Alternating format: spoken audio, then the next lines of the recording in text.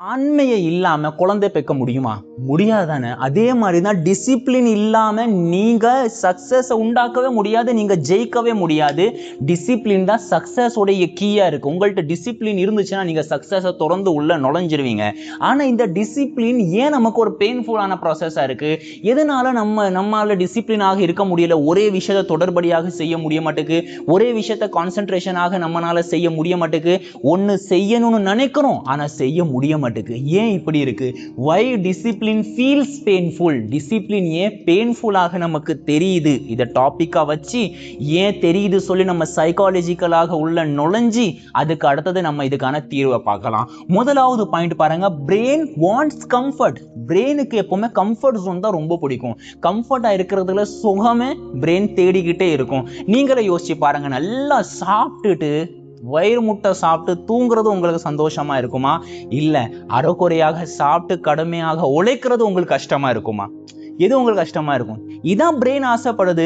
பிரெயினுக்கு comfort zone ரொம்ப பிடிக்கும், பிளஷர் பிரெயினுக்கு பிடிக்கும், உடனே ஒரு சந்தோஷம் கிடைக்குது பிரெயினுக்கு பிடிக்கும். ஈஸி லைஃப், எந்த ஒரு பிரச்சனையும் இல்லாத இலகுவான வாழ்க்கை பிரெயினுக்கு ரொம்ப பிடிக்கும். நோ டிஸ்கம்ஃபர்ட், டிஸ்கம்ஃபர்ட் பிரெயினுக்கு பிடிக்கவே செய்யாது. கொஞ்சம் கூட டிஸ்கம்ஃபர்ட் வந்தா பிரெயின் அன்ஈஸி ஆயிரும், பிரெயினுக்கு பதட்டம் ஏற்பட ஆரம்பிச்சிடும், சொசைட்டில பிரெயின் போயிடும். இப்போ டிஸ்கம்ஃபர்ட்டை பிரெயின் வெறுக்குது, கம்ஃபர்ட் ஜோனை பிரெயின் விரும்புது. ஆனா உண்மை என்ன? Comfort today, weakness tomorrow. இன்னைக்கு நீங்க கம்ஃபர்ட் ஜோன்ல இருக்கீங்கன்னா நாளைக்கு நீங்க வீக்னஸ் ஆக உங்களுடைய வாழ்க்கையை மாத்திக்கிட்டே இருக்கீங்க, ஞாபகம் வச்சுக்கோங்க. இன்னைக்கு நீங்க ஜிம்முக்கு போகலனா நாளைக்கு நீங்க பலவீனமாயிருவீங்க. இன்னைக்கு நீங்க படிக்கலனா நாளைக்கு நீங்க முட்டாள மாறிடுவீங்க. இன்னைக்கு நீங்க சேமிக்கல சம்பாதிக்கலனா நாளைக்கு நீங்க பிச்சைக்காரனாக மாறிடுவீங்க. இப்போ நான் சொல்ல வர்றது என்ன? இன்னைக்கு நீங்க கம்ஃபர்ட் ஜோன்ல இருக்கிறது நாளைக்கு உங்களை வீக்காக மாத்திக்கிட்டே இருக்கும். இப்போ என்ன ஆகுதுன்னா, பிரெயினுக்கு கம்ஃபர்ட் பிடிக்குது. மாடர்ன் வேர்ல்டுல என்ன ஆயிடுச்சுன்னா ஈஸி டோபமின் கிடைச்சிருச்சு. நான் உங்கள்ட்ட ஒரு கேள்வி கேட்கிறேன். நீங்க கஷ்டப்பட்டு நல்ல முயற்சி செஞ்சு ஒரு எக்ஸாம்ல நீங்க ஃபர்ஸ்ட் வரீங்க, உங்களுக்கு எப்படி இருக்கும்? நல்லா இருக்கும். நீங்க ஜிம்முக்கு போறீங்க, நல்ல உங்களுடைய உடம்பு மெயின்டைன் ஆயிட்டு இருக்கு, உங்களுக்கு எப்படி இருக்கும்? நல்லா இருக்கும். நீங்க ஹெல்த்தை மெயின்டைன் பண்றீங்க, கரெக்டான நேரத்துல கரெக்டான சாப்பாடை சாப்பிட்டுட்டு கரெக்டான இடத்துல தூங்குறீங்க, உங்களை நினைச்சு உங்களுக்கு எப்படி இருக்கும்? நல்லா இருக்கும். 10 பேர் உங்களை புகழும் பொழுது உங்களுக்கு எப்படி இருக்கும்? நல்லா இருக்கும். இப்போ இதே பக்கம் வாங்க, நீங்க தம் அடிக்கிறீங்க, உங்களுக்கு எப்படி இருக்கும்? நல்லா இருக்கும். நீங்க நைட் நேரத்துல மூவி பார்த்துட்டு இருக்கீங்க, உங்களுக்கு எப்படி இருக்கும்? நல்லா இருக்கும். அதே மாதிரி நீங்க ஒரு பொண்ணுட்ட கடலை போட்டுட்டு இருக்கீங்க, உங்களுக்கு எப்படி இருக்கும்? நல்லா இருக்கும். அப்போ ரெண்டு பக்கமும் பிரெயினுக்கு நல்லதாக இருக்கக்கூடிய ஒரு விஷயம் கிடைக்குது. ஆனா முன்னாடி நான் சொன்ன விஷயம் லாங் டர்ம். ஒருத்தன் தன்னுடைய உடம்ப உருக்குறதுக்காக வேண்டி அவன் ஒரு வருஷம் கஷ்டப்படணும். ஆனா ஒருத்தன் ஒரு போனோகிராஃபி பார்க்கறதுக்கு ஒரே ஒரு நிமிஷம் போதுமே, சர்ச் பார்ல போய் சர்ச் பண்ணா போதுமே, அவனுக்கு உடனடியாக சந்தோஷம் கிடைச்சிரும். இப்போ ஏன் பிரெயின் ஒரு வருஷம் கஷ்டப்படணும்? ஒரு பொண்ணுகிட்ட பேசுறது பிரெயினுக்கு சந்தோஷம் கிடைக்குது. ஏன் பிரெயின் சம்பாதிக்கணும்? ஏன் பிரெயின் சேமிக்கணும்? புரியுதா உங்களுக்கு? இப்போ மாடர்ன் வேர்ல்டு என்ன ஆயிடுச்சு? ஈஸி டோபமின் கிடைக்க ஆரம்பிச்சிருச்சு. ரீல்ஸ் மூலமா கிடைக்குது, என்டர்டைன்மெண்ட் மூலமா கிடைக்குது, இன்ஸ்டன்ட் பிளஷர். இதன் மூலமாக பிரெயினுக்கு இன்ஸ்டன்ட் பிளஷர், உடனடியான பிளஷர், சந்தோஷம் கிடைச்சிருது. அப்போ எதுக்காக பிரெயின் பல வருஷங்கள் கஷ்டப்படணும்? இப்படியே இருந்துட்டு போறதுனால என்ன பிரச்சனை இருக்குன்னா, அப்படியே வீடியோ பார்த்துட்டு ரீல்ஸ் பார்த்துட்டு அப்படி நான் சந்தோஷமா இருந்துட்டு போயிடுறேன், இதனால என்ன பிரச்சனை ஏற்படும்? இப்போ உங்களுக்கு பூஸ்ட் கிடைச்சிரும். ஒரு ரீல்ஸ் பார்த்துட்டு ஹீனு சிரிப்பீங்க, இன்னொரு ரீல்ஸ் பார்த்துட்டு நீங்க மோட்டிவேஷன் ஆவீங்க, இன்னொரு ரீல்ஸை பார்த்து நீங்க சேட் ஆவீங்க. இப்படி உங்களுடைய வாழ்க்கை இப்போதைக்கு போயிடும், இப்போதைக்கு நீங்க பூஸ்ட் ஆயிருவீங்க. ஆனா எம்டி லெட்டர், நீங்க அப்புறமா எம்டியாக, தன்னை ஒரு பலவீனமானவனாக, வெறுமையாக தன்னை ஃபீல் பண்ணுவீங்க. Discipline feels painful. ஏன் டிசிப்ளின் நமக்கு பெயின்ஃபுல்லாக, ஒரு வேதனைக்குரிய விஷயமாக ஃபீல் ஆகுதுன்னா பாருங்க, டிசிப்ளினுக்குன்னு சில சைன்ஸ் இருக்கு, சில அடையாளங்கள் இருக்கு. முதலாவது, டிசிப்ளின்ல போர்டம் இருக்கும்.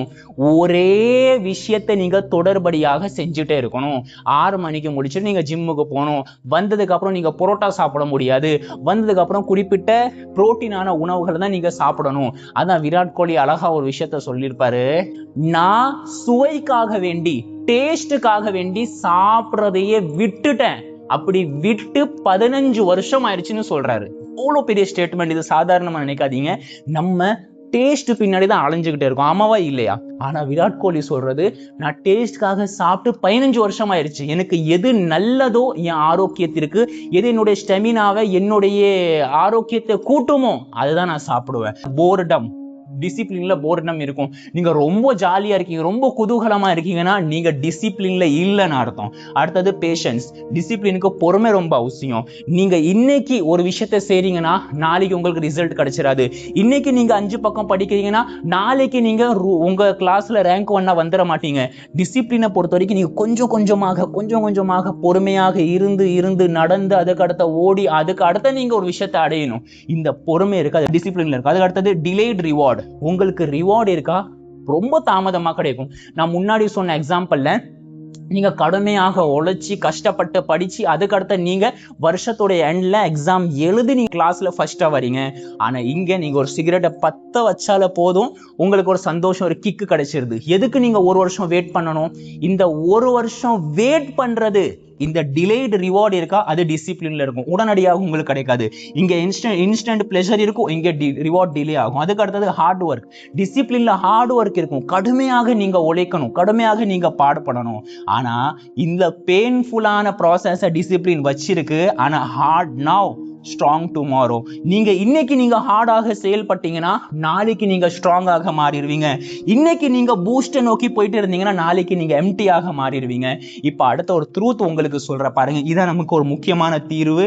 Your brain wants comfort. உங்களுடைய பிரெயின் இருக்கா, அது கம்ஃபர்ட்டை தேடுகிறது. ஆனா யுவர் ஃபியூச்சர் நீட்ஸ் டிசிப்ளின். உங்களுடைய ஃபியூச்சர் இருக்க, அது டிசிப்ளினை தேடுது. இப்போ உங்கள்கிட்ட சாய்ஸ் இருக்கு. நீங்க டிசிப்ளினை தேட போறீங்களா இல்லனா கம்ஃபர்ட்டை நோக்கி நீங்க போக போறீங்களா? நீங்க எந்த அளவுக்கு கம்ஃபர்ட் ஆக இருந்துட்டே இருப்பீங்களோ அந்த அளவுக்கு நீங்க டிசிப்ளினை விட்டும் நீங்க தூரமாக போயிட்டே இருப்பீங்க. டிசிப்ளினை நோக்கி நீங்க போகவில்லை என்றால் நீங்க உங்களுடைய சக்சஸை விட்டுட்டு தூரமா போயிட்டு இருக்கீங்கன்னு அர்த்தம். ஒரே ஒரு வார்த்தை ஞாபகம் வச்சுக்கோங்க, எந்த அளவுக்கு நீங்க டிசிப்ளினாக இருந்து போர்டம், பேஷன்ஸ், டிலே ரிவார்டு, எந்த அளவுக்கு ஹார்ட் ஒர்க் நீங்க சந்திக்கிறீங்களோ அந்த அளவுக்கு நீங்க ஜெயிச்சுட்டே இருக்கீங்கன்னு அர்த்தம். எந்த அளவுக்கு நீங்க ரீல்ஸ், என்டர்டெயின்மெண்ட், இன்ஸ்டன்ட் பிளஷரை நோக்கி நீங்க போயிட்டே இருக்கீங்களோ, வெறும் கம்ஃபர்ட் ஜோன்ல இருந்து நீங்க ஈஸி டோபமைனை நோக்கி நீங்க போயிட்டே இருக்கீங்களோ அந்த அளவுக்கு உங்களுடைய வாழ்க்கையை நீங்க அழிச்சுட்டே இருக்கீங்க. டிசிப்ளினாக இருங்க. உங்களுடைய வாழ்க்கை பெயின்ஃபுல்லா இருக்கிறத ஏத்துக்கோங்க. நீங்க குழந்தை கிடையாது. You are a warrior. Be aware. விழிப்புணர்வோடு.